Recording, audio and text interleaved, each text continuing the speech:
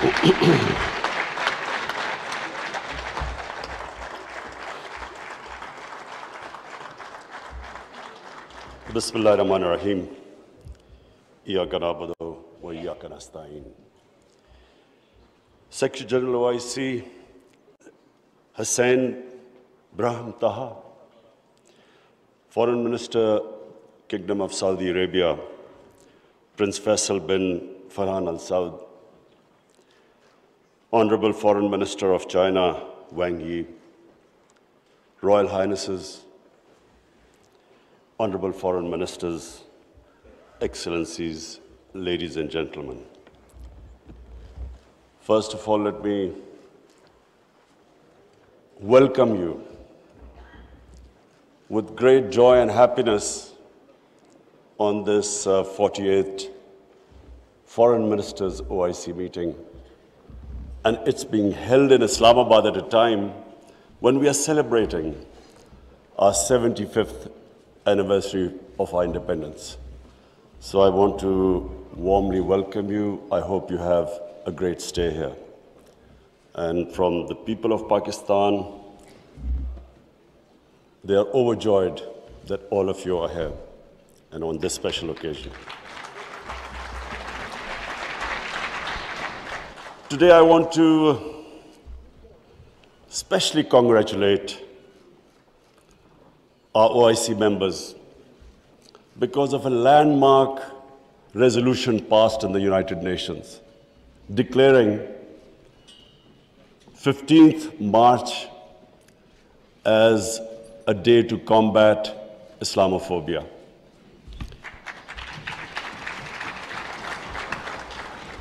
But I want to remind people why 15th of March. 15th of March was a day when a gunman walked into a mosque in New Zealand and shot dead 50 people. Why did he shoot them? Because he felt that all Muslims were terrorists. Where did this Islamophobia grow and was allowed to keep growing? After 9/11. What happened after 9/11? Unfortunately, this narrative of Islamic terrorism, Islamic radicalism, this narrative went on unchecked. Respected foreign ministers, I have spent a lot of my life in England, touring all over the world as an international sportsman. And I understand the Western civilization probably much better than most people. I went to university there and then used to spend half my year playing sports in the summer in England. Now I saw this growing. After 9/11, this Islamophobia kept growing. And the reason was, I'm sorry to say, that we, the Muslim countries, did not do anything to check this wrong narrative. How can any religion have anything to do with terrorism? How was Islam equated with terrorism? And once that happens, how is the man in the street in Western countries, how is he supposed to differentiate between a moderate Muslim and a radical Muslim? How can he differentiate? Hence, this man walks into a mosque and shoots everyone he could. Unfortunately, what should have been done and wasn't, the heads of Muslim countries should have taken a stand on this. But instead, a lot of our heads of state kept saying things like, well, we are moderate. The moment you say you're a moderate Muslim, you automatically say that there is some extreme form of Islam. Our head of state at the time, after 9/11, he coined a phrase called enlightened moderation. I understand English better than most. I still don't know what it means. enlightened moderation was a term to appease those who were relating terrorism to Islam. And unfortunately, as a result, there was this perception that there are different types of Islam. There's some radical Islam, there's some moderate, there's some liberal Islam. There is only one Islam, Islam of our Prophet Muhammad sallallahu alaihi wasallam. There is no other Islam. In human communities, in every human community, you have your moderates, you have your liberals, you have your conservatives, you have your fanatics. Every human community has that. The man who walked into the mosque in New Zealand clearly was not a normal person.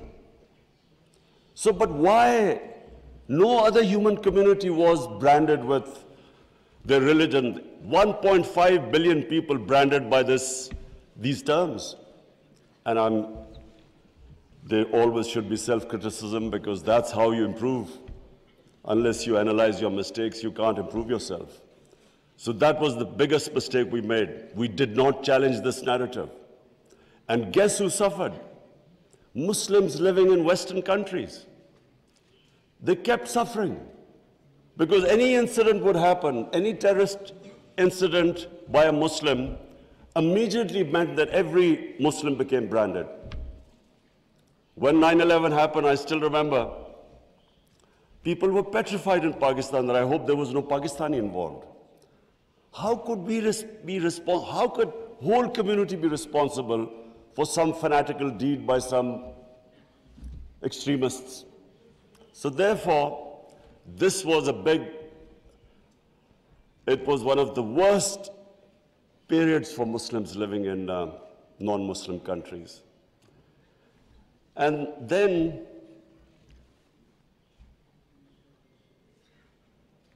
in 1989, there was a book called Satanic Verses, written by a Muslim who knew, because he came from a Muslim family, he knew the reaction in the Muslim world, amongst the Muslims, if he insulted or mocked or ridiculed our Holy Prophet, peace be upon him. But what happened after 1989 was, rather than again the Muslim world coming up with an intellectual narrative, trying to explain to them that why do we feel, why are we so hurt when our Holy Prophet is ridiculed? Why does it hurt us so much? Living in and knowing the Western societies, I knew why they couldn't understand, because they do not treat religion like we do. Jesus Christ is not treated the way we in the West, the way we treat our Holy Prophet here. So they couldn't understand what was going on. Why were there demonstrations? Why were there death threats to Salman Rushdie? So they kept thinking that the Muslims do not allow freedom of expression. So Muslim world is intolerant. It doesn't allow freedom of expression. They were able to vilify our religion. And yet there was no coherent response from the Muslim world. And therefore, we kept into the cycle. Every few years, there would be some cartoons, insulting cartoons against our Prophet. Every few years, there would be something insulting him. We would respond. There would be some act of extremists. They would not respond. So this Islamophobia, this cycle, kept getting worse. And poor Muslims living in Western societies kept suffering. So that's why I'm really pleased that for the first time it has been acknowledged that Islamophobia is a reality and something needs to be done about it. And from now onwards, we hope that we will be able to put forward a narrative that why it hurts us so much. And honorable foreign ministers, let me just say that I only came into politics 25 years ago. I was watching this Islamophobia building up in Western societies. But two, I wanted my country. We were the only country which became independent in the name of Islam. And so, the objective resolution of our founding fathers was to make an Islamic welfare state based on the state of Medina.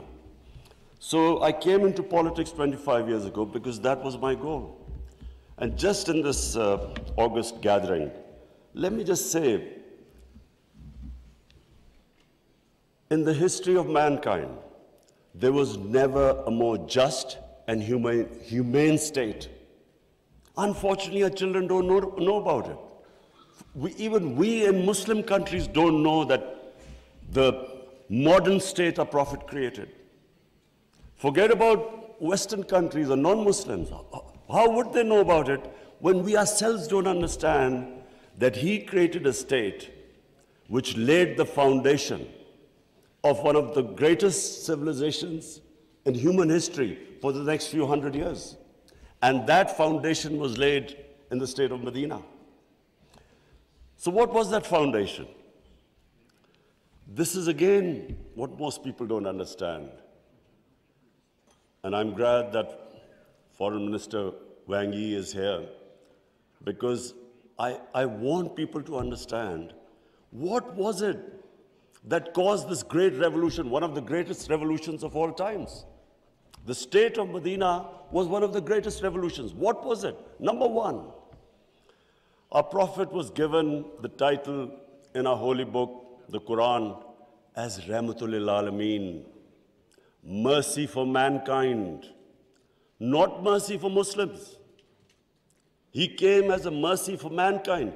He came to unite mankind, not divide mankind.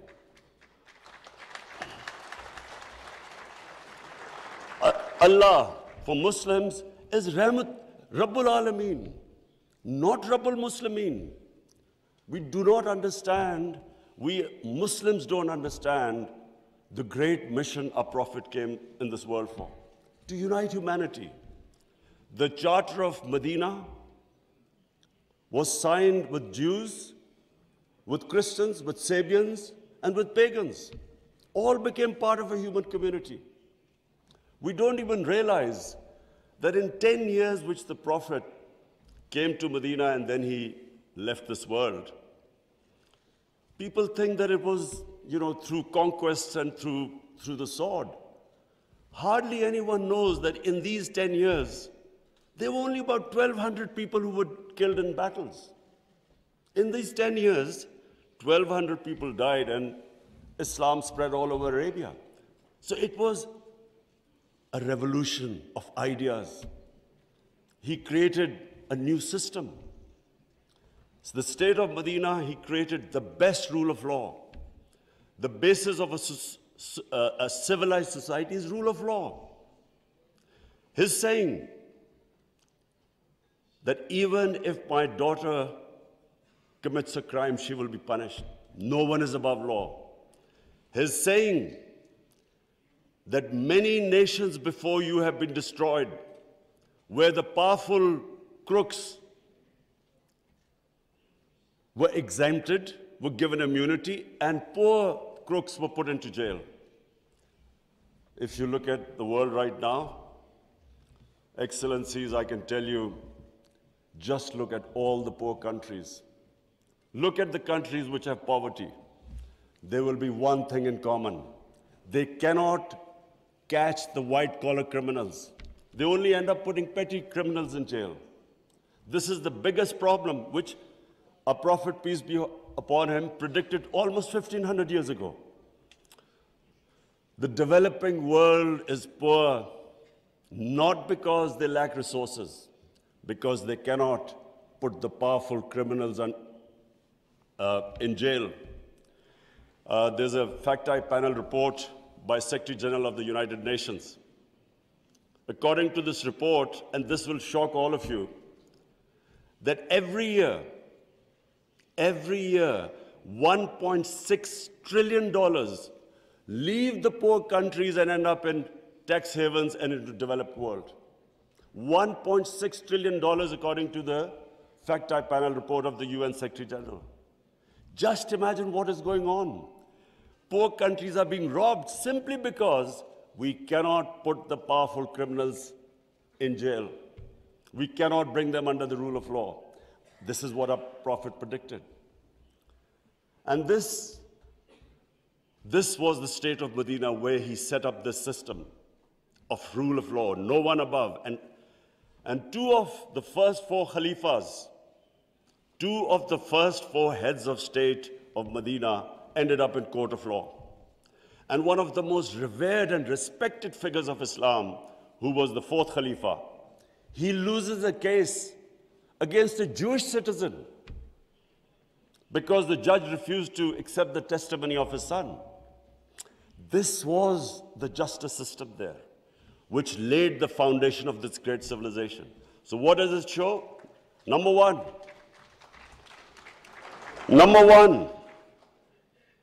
that minorities were equal citizens.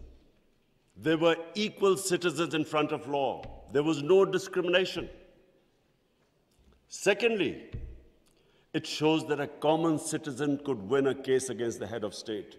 No one was above law. This is 600 years before the Magna Carta was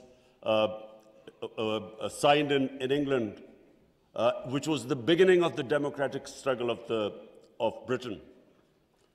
And it took them years before they could actually bring their head of state under the rule of law.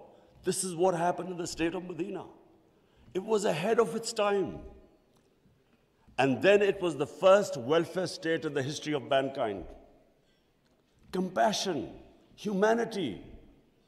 It was a state which took care of its weak, its orphans, its widows, its poor people. It was the first time pensions were introduced in the state of Medina. They took care of the old people. A compassionate state. A state where they wanted to please the Almighty. How do you please the Almighty Allah? By looking after His human beings, especially the weak. This is what happened in the state of Medina. And today, I feel sad whenever I go to Scandinavia. I see what a welfare state should be in all over the Muslim world. Look at humanity there. Look at the way they look after the weak. In fact, sometimes I'm sad because they look after the animals better than some of us look after our human beings. And remember, He's Rahmatul Alameen, so whoever listened to His message, whichever human community will prosper. It doesn't matter because for all humanity, He brought the message of mercy. If you look at Switzerland, in the rule of law index, Switzerland is 99%. 99%. So with hardly any resources, it is one of the most prosperous countries in the world. So as I said, anyone who goes by the model of Medina will prosper. And then, quest for knowledge.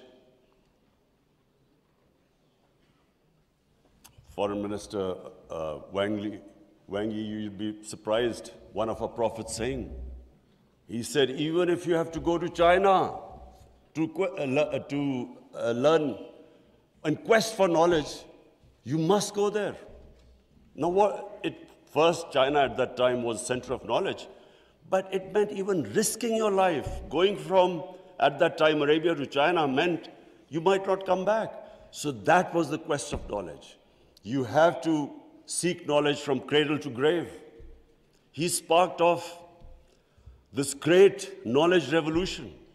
For hundreds of years, the top scientists were Muslims because they thought quest for knowledge was a sacred duty. Look at the situation in the Muslim world today. How much do we have a quest for knowledge? And then we get so much,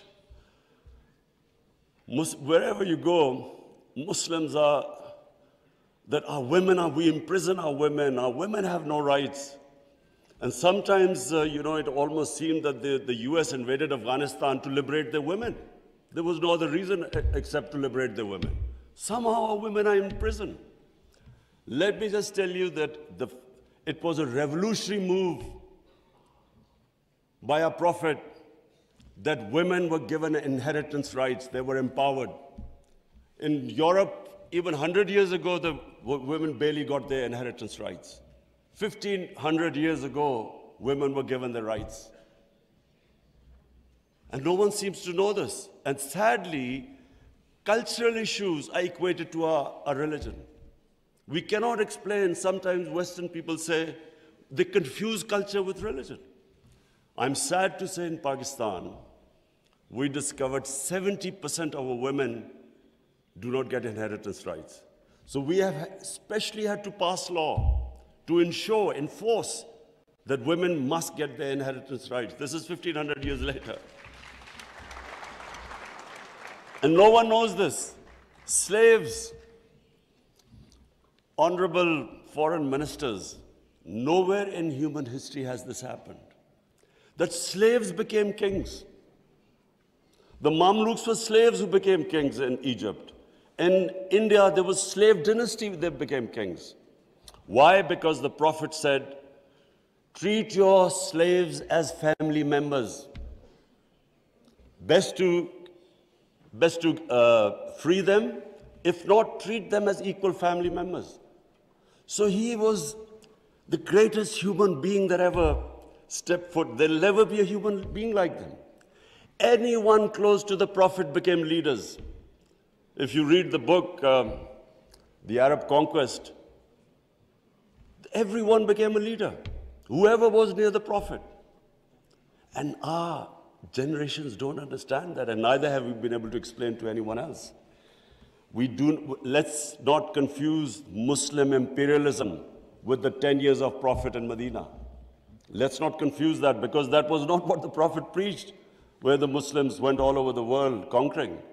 It is not what the Prophets, the whole revolution was of ideas.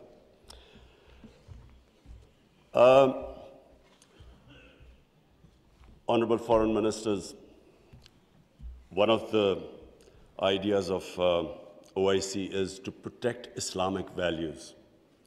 So now I will say something which is completely different. I believe that Islamic values never have been so much under threat as they are right now. And I bring this to this August assembly because when I became the Prime Minister, I asked the police chief, asked him what the crime chart.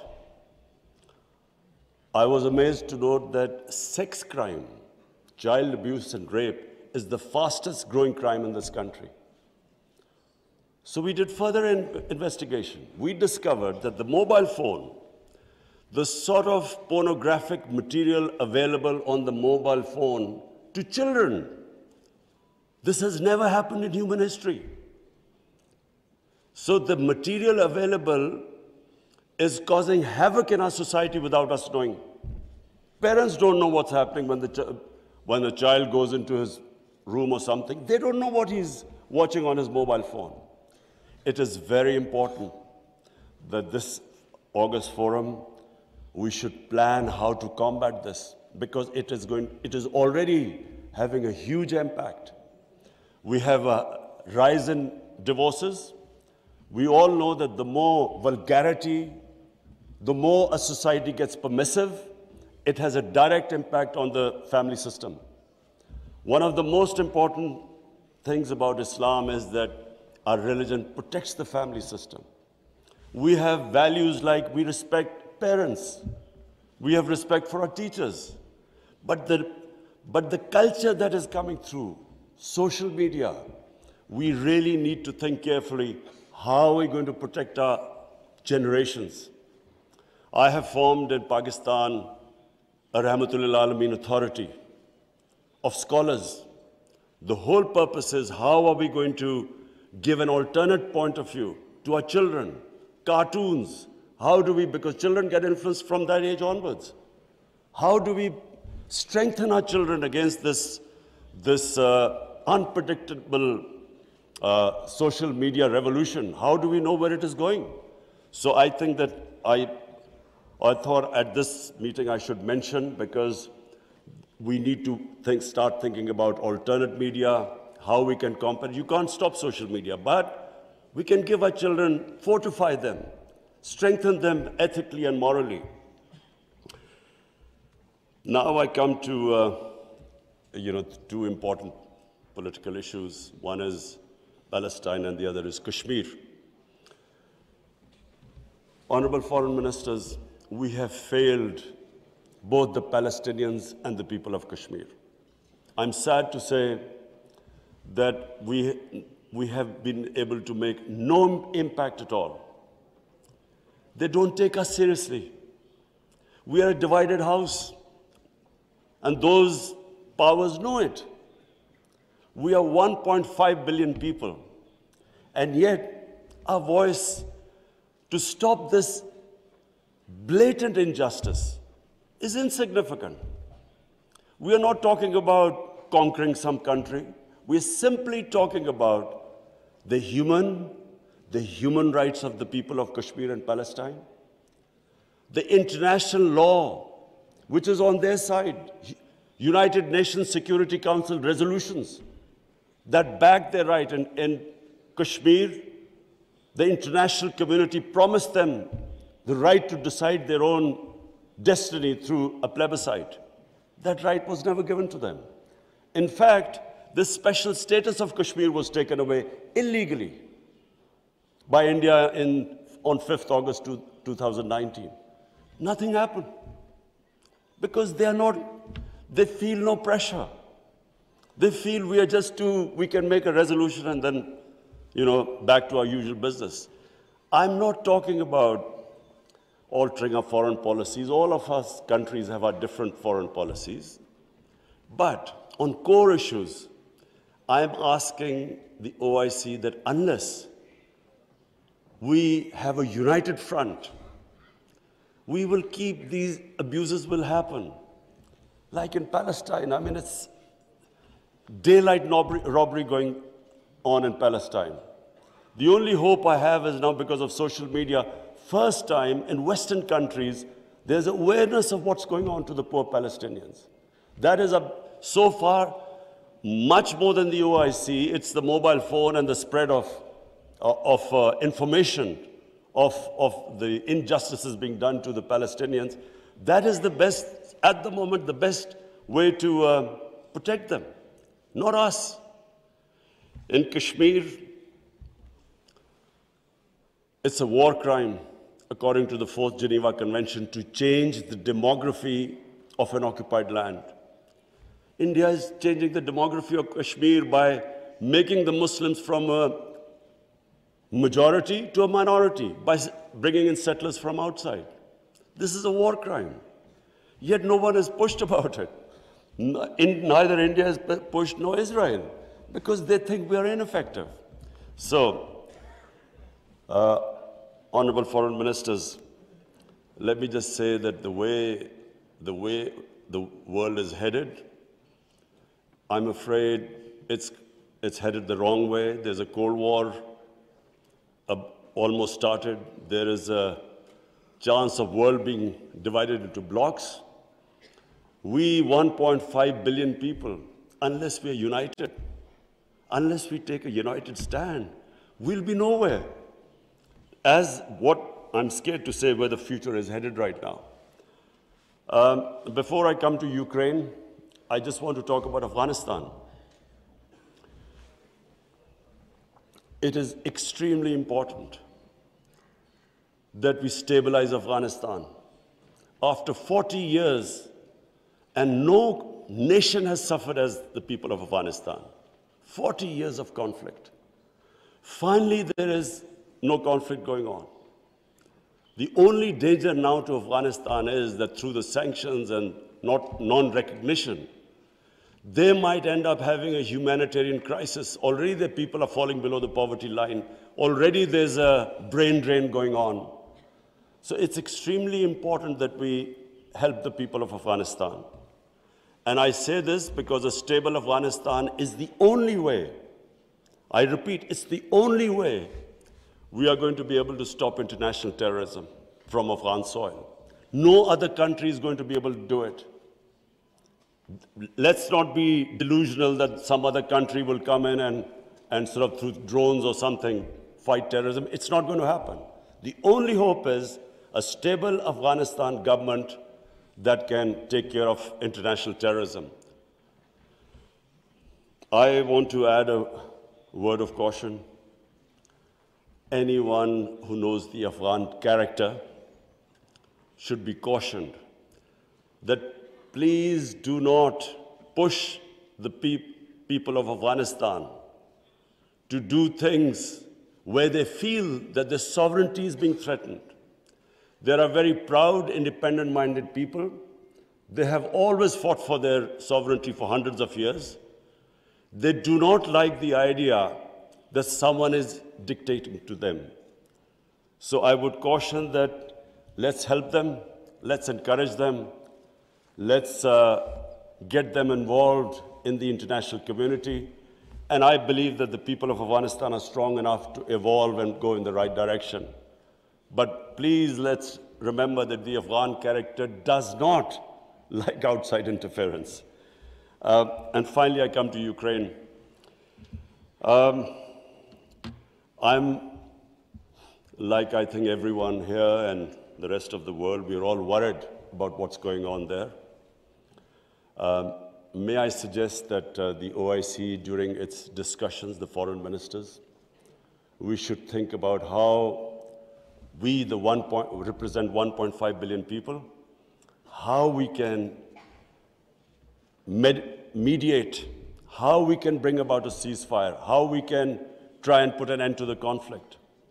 I'm going to meet His Excellency Wang Yi after this, and I want to discuss how maybe OIC, along with China, how we can all step in and try to stop this conflict, which is going to have, if it keeps going the way it is, it will have great consequences for the rest of the world. I have already, as the head of the government here, I can tell you that we are already suffering. Oil prices have gone up, gas prices have shot up, wheat prices have gone up because of this war. And if this keeps continuing, this is only going to get worse. So therefore, we should, all the countries which are non-partisan, we are in a special position to be able to influence this conflict. So as I said, I would want the foreign minister, Shah Mahmood Qureshi, please discuss with the other foreign ministers, and I will discuss with His Excellency, the Chinese foreign minister, how we can all, as a bloc, OIC and China, how we can influence the events in Ukraine and stop this and have some ceasefire and resolve this conflict. Lastly, honorable foreign ministers, let me again say what a pleasure it was to welcome you to my beautiful country. I want to end by saying, again, I repeat, that the world is moving in a direction which is sadly worrisome for all of us. In bloc politics, in Cold War, and let's just 1.5 billion people we keep underestimating the strength we have. Somehow we lack self-belief. As a sportsman, I can tell you that a team that has self-belief will defeat a team that is far more talented but doesn't have self-belief. We don't have self-belief. We somehow look to others to help us and get justice. But where the world is headed, it is extremely important that we get united and on certain core issues take a stand. And let's not be dragged into this, into blocks, into the conflicts. We should stay as a bloc and show our power in bringing about peace rather than becoming part of some conflict. Thank you very much.